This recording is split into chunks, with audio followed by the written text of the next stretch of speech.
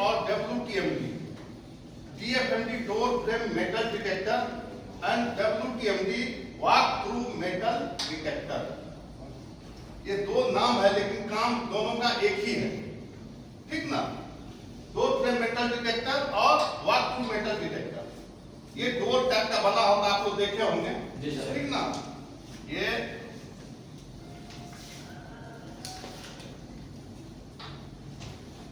ऐसे होता है, ठीक ना। इसमें जो है एलईडी लगा रहता है,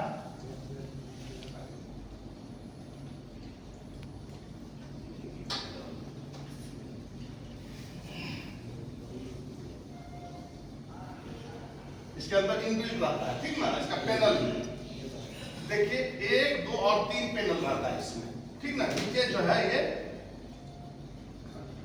मतलब इनबिल्ट करके रखा जाता है। ये डोर फ्रेम मेटल डिटेक्टर और वॉक थ्रू मेटल डिटेक्टर दोनों एक ही है। ये दोनों इसीलिए इनकी आवश्यकता पड़ा कि ये जांच करने का, टेस्टिंग करने का सबसे बढ़िया अत्याधुनिक साधन है, ठीक ना। जैसे HHMD था वैसे ही ये DFMD और WTMD है, ठीक ना। और ये जो है ये 30 ग्राम से ऊपर, ठीक ना, 30 ग्राम से ऊपर का मेटल को ये क्या करता है, डिटेक्ट करता है। जैसे इसके अंदर में कोई आदमी आया, ठीक, तो अगर वो कहीं मेटल को रखा हुआ है बॉडी के अंदर में, तो उसी जगह पर इसका ब्लिंकिंग होना शुरू करेगा। तो आगे में जो सिक्योरिटी वाला रहेगा उधर वो देखते रहेगा और समझ जाएगा कि जो आया हुआ है हमारे सामने, जो गेस्ट आया हुआ है उसके अंदर में कहाँ कहाँ मेटल है, ठीक ना। तो क्या करेगा, इसके आने के बाद फिर वो इससे चेक करेगा, ठीक ना। ऐसा नहीं कि मतलब अंदर आया और उसको हाथ पकड़ करके पूरा जो है चेक करना शुरू कर दिया, नहीं। ये क्योंकि ये जो है 30 ग्राम से ऊपर चेक कर रहा है ना, जी सर। अगर उसके पास 10 ग्राम का बारूद होगा तो बारूद जो है 10 ग्राम में तो क्षति पहुंचा सकता है ना। अगर मान लो कि कोई एयरपोर्ट में जा रहा है या कोई टैक्सी में जा रहा है और उसके पास में जो है ट्रेन में जा रहा है, 30 ग्राम नहीं है, 10 ग्राम का है, भाई ज्वलनशील है तो क्षति पहुंचा ही सकता है। तो ये क्या है कि 30 ग्राम से ऊपर और 30 ग्राम से नीचे कितना है, 2 ये है आपको मतलब आधा ग्राम, 0.5 ग्राम। तो फिर इसको आने के बाद आपको ध्यान देना होगा कि जब ये आदमी या गेस्ट या पैसेंजर जो आया तो कहां कहां ब्लिंकिंग हुआ, ठीक ना। आधा आपको प्रॉब्लम वही सोल्व हो जाएगा और आधा प्रॉब्लम जो है आपका ये समाप्त कर देगा। क्यों, उसको फिर आपको चेक प्रेसिंग करना है ना, फिर आप उसको प्रेसिंग कीजिएगा। तो पद्धति दोनों वही है। जब ये आएगा यहाँ पर पैसेंजर, अतिथि, गेस्ट, उनके पास जो भी सामान होगा, जैसे तभी हम निकल आए थे, उसको बोलना कि आपके पास जो भी मेटेलिक सामान है, जो भी सामान है आप निकाल के ट्रे में रख दीजिए, ठीक ना। उसके बाद एक जो सबसे अहम भूमिका निभाता है उसका नाम है एक्सपीस, ठीक ना। तो पहले हम DFMD पर चले, ठीक ना। तो ये जो है कितने ग्राम, 30 ग्राम से ऊपर, ठीक ना।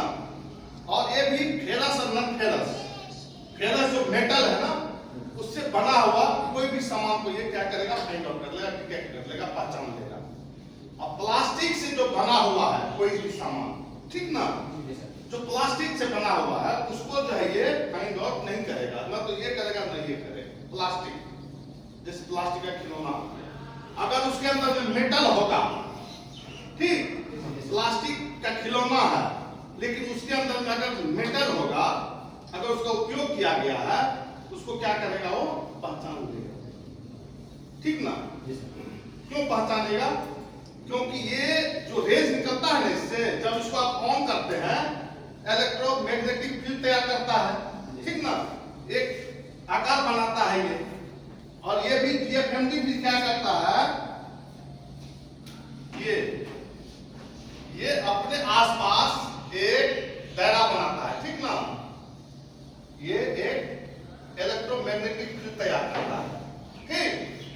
जैसे ही आप इसके अंदर आए, वो जो है आपको सूचना कर देगा कि ये जो आदमी आया है, पैसेंजर आया है, गेस्ट आया है, विजिटर आया है, ये अपने अंदर में, ठीक ना, मेटल लेकर आया हुआ है। अब मान लो कि यहां से लेकर के ये टॉप है, हेड, ठीक ना, ये हेड है, ठीक ना, उलट के तो कोई आएगा नहीं ना, इसके अंदर उलट के कोई घुसता है, पैर ऊपर करके मुंडी नीचे करके कोई नहीं आता है, मैं नहीं देखा। तो ये हेड हो गया, ठीक। तो अगर मान लो ऊपर में भी अगर कुछ रखा है ना, ये ऊपर में ब्लिंक करेगा। साइड इसका जो निर्माण किया गया है कि हमको छुपाने वाला जो जगह है शरीर के अंदर, ठीक ना, उसको ध्यान में रखते हुए उसको हर एक जगह में ऐसा जो है मतलब इनबिल्ट किया गया है, जो एक तरह का रेज चाहे एक तरह की अलार्मिंग देगा जहां पर मेटल। अगर नहीं भी है तो आपको अलार्म देगा, पर अलार्म लगा है, ठीक ना, जो लो क्वालिटी का है, ठीक ना, जो हाई क्वालिटी में दोनों में अंतर है।